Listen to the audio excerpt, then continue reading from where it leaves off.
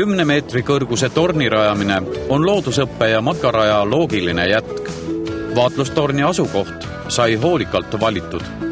Kogu meie loodusraja pikkus on 4 kilomeetrit ja see vaatlustorn on täpselt selle koha peal, kus on mõlemalt poolt tulles 2 kilomeetrit, et see on selge sõnum kõigile matka- ja loodushuvilistele, et nad siia torni jõudmiseks vähemalt 4 kilomeetrit lausa peavad looduses ja värskes õhus viibima.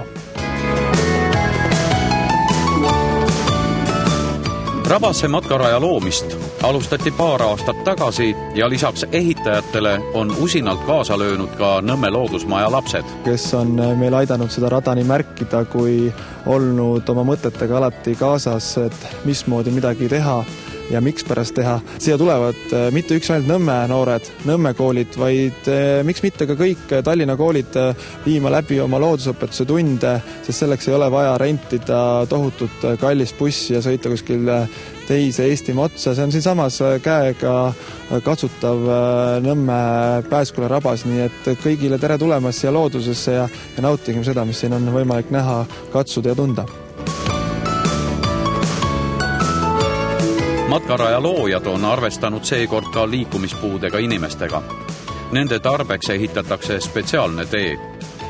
Kohalikele tervisesportlastele on aga rabateed juba ammu tuttavad. Kui ma ka ise siin käin oma koeraga jooksmas, mul on hea meel näha, et on inimesi, kes siin on käinud juba peaaegu võiks öelda sajandeid, aga iga päevaga lisandub siia aina uusi ja uusi uudistajaid. Milline on Eesti inimene, Eesti matkaja? Mina nägin täna siin pudeleid visatud sinna tiigi juurde, et Eesti inimene on paras siga, kes ei hooli loodusest. Tuleb nii välja?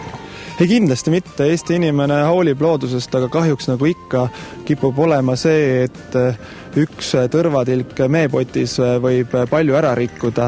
Siin tornis võib käia 10 000 inimest ja kõik naudivad seda torni, naudivad seda vaadet, kuulavad linnulaulu ja võib-olla see 10 000 esimene on just see, kes arvab, et tal neid palke on vaja kodus ja võtab need kaasa ja järgmised 10 000 selle üle kannatavad. Nii et kahjuks ta nii on, et üks tõrvatilk meepotis võib kõik rikkuda, aga me loodame, et sellist asja ei juhtu ja inimesed on mõistlikud. Lõplikult peaks 1,3 miljonit krooni maksev rada valmima septembri keskpaigaks. Linnaosavanema sõnul pole tegemist pelgalt nõmmekate tarbeks ehitatud rajaga. Hea meel on kõigi üle, kes tahavad loodust nautida.